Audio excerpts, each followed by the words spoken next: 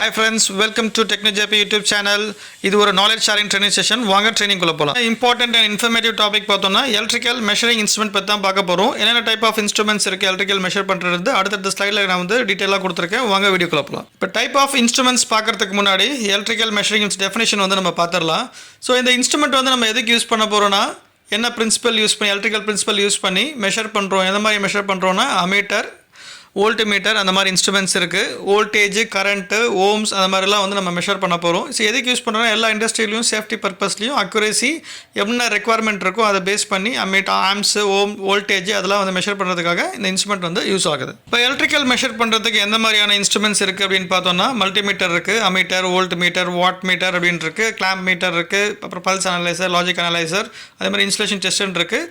ஒவ்வொரு இன்ஸ்ட்ருமெண்ட் பற்றியும் நம்ம டீட்டெயிலாக ரேஞ்சு எந்த பர்பஸ் யூஸ் பண்ணுறது அடுத்த ஸ்லைட் நம்ம வந்து பார்த்துடலாம். ஸோ எலக்ட்ரிக்கல் மெஷர் பண்ணுறதுக்கு ஃபர்ஸ்ட் இன்ஸ்ட்ருமெண்ட் பார்த்தோம்னா மல்டிமீட்டர். இதோடைய கேலிப்ரேஷன் சேனல் வந்து IS 13875. அதோட ஃப்ரீக்வன்சி வந்து 1 இயர். இதோட ரேஞ்ச் பார்த்தோம்னா 0 to 1000 வோல்ட்ஸ், 0 to 20 ஆம்ஸ், அதே மாதிரி 0 to 20 ஓம்ஸ். இது ரேஞ்ச் வந்து மாறும் அதோட பேஸ்ட் ஆன் தி ரெக்குவயர்மெண்ட். இதோட டைப் பார்த்தோம் அனலாக்லேயும் இருக்குது, டிஜிட்டலையும் இருக்குது. என்ன பர்பஸ் யூஸ் பண்ணுறோன்னா electrical properties like current, voltage, amps, அந்த வோல்ட்ஸு, அதுக்கப்புறம் பார்த்தா ரெசிஸ்டன்ஸ் வந்து ஓம்ஸ் செக் பண்ணுறதுக்காக இது வந்து மல்டிமீட்டர் வந்து யூஸ் ஆகுது. இப்போ எலக்ட்ரிக்கல் மெஷர் பண்ணுற யூனிட்ஸ் என்னென்ன இருக்குது அப்படின்னு பார்த்துடலாம். கரண்ட் I = ஆம்பியர், இல்லைன்னா வந்து ஆம்ஸ் அப்படின்னு சொல்லுவாங்க. Voltage V = volts, resistance R = ohms. இதுதான் அதோட யூனிட்டு. இப்போ 1 kilovolt = 1000 volt. அது 1 amps = 1000 milliamps. 1 kilowatt = 1000 watt. Next instrument நம்ம பார்த்தோம் அப்படின்னா கிளாம்ப் மீட்டர். இதோட கேலிப்ரேஷன் ஸ்டாண்டர்ட் வந்து பார்த்தீங்கன்னா IS 13875. இதுவும் ஃப்ரீக்வன்சி வந்து 1 இயர். இதோட ரேஞ்ச் வந்து 0 to 1000 volts, அதே மாதிரி 0 to 1000 amps. இது வந்து ரேஞ்ச் வந்து மாறும் டிபெண்ட் அப்பான் தி ரெக்குவயர்மெண்ட்ஸ். இது வந்து நம்ம டிரான்ஸ்ஃபார்மர் அண்ட் ஃப்ளெக்சிபிள் டைப்பில் இருக்க டைப்பு. அதுக்கப்புறம் பர்பஸ் வந்து பார்த்தோன்னா ஒரு சீரீஸ் ஆஃப் ஒயரில் வந்து நம்ம கரண்ட் பாஸ் ஆகுது, வோல்ட் பாஸ் ஆகுதுன்னு நம்ம டச் பண்ணாமல் என்ன பண்ணுவோம், அந்த கிளாம்பை வந்து இன்சர்ட் பண்ணி நம்ம வந்து மெஷர் பண்ணுறதுக்கு இந்த கிளாம்ப் மீட்டர் வந்து யூஸ் ஆகுது. இது முக்கியமான இன்ஸ்ட்ருமெண்ட் பார்த்தோன்னா வோல்ட் மீட்டர். வோல்ட் மெஷர் பண்ணுறதுக்காக யூஸ் ஆகும். இதோட கேலிப்ரேஷன் ஸ்டாண்டர்ட் வந்து IS 13875. இதோட ரேஞ்ச் வந்து 0 to 1000 வோல்ட்ஸ் மெஷர் பண்ணுறது. இதோட டைப் வந்து அனலாக்லையும் இருக்குது, டிஜிட்டல்லையும் இருக்குது. அடுத்த இன்ஸ்ட்ருமெண்ட் பார்த்தோன்னா இது வந்து அமீட்டர். இதோட கேலிப்ரேஷன் IS 13875. இதோட ரேஞ்ச் வந்து 0 to 500 milliamps இருக்குது, 0 to 500 amps இருக்குது. But based on the requirement இதோட ஆம்ஸ் ரேஞ்ச் வந்து மாறும். இது அனலாக்லையும் இருக்குது, டிஜிட்டலையும் இருக்குது. இது என்ன பர்பஸ் யூஸ் பண்ணுறாங்கன்னா கரண்ட் ஆம்பியர் செக் பண்ணுறதுக்கு, amps and milliamps check பண்ணுறதுக்காக இந்த இன்ஸ்ட்ருமெண்ட் வந்து யூஸ் பண்ணுறாங்க. அடுத்த இன்ஸ்ட்ருமெண்ட் நம்ம பார்க்க போகிறது என்னென்னா வாட் மீட்டரு. இது எதுக்கு யூஸ் பண்ணுறாங்கன்னா எலக்ட்ரிக்கல் எனர்ஜி கன்சியூம்ட் இன் வாட்டை வந்து செக் பண்ணுறதுக்காக எவ்வளோ வாட்ஸ் இருக்குது அப்படின்னு சொல்லிட்டு. இதோட ரேஞ்ச் வந்து அப்படின்னு பார்த்தோம்னா 0லேருந்து 20 கிலோவாட் இருக்குது. இது அனலாக்லேயும் இருக்குது, டிஜிட்டல்லையும் இருக்குது. அடுத்த இன்ஸ்ட்ருமெண்ட் பார்த்தோன்னா பவர் அனலைசர்.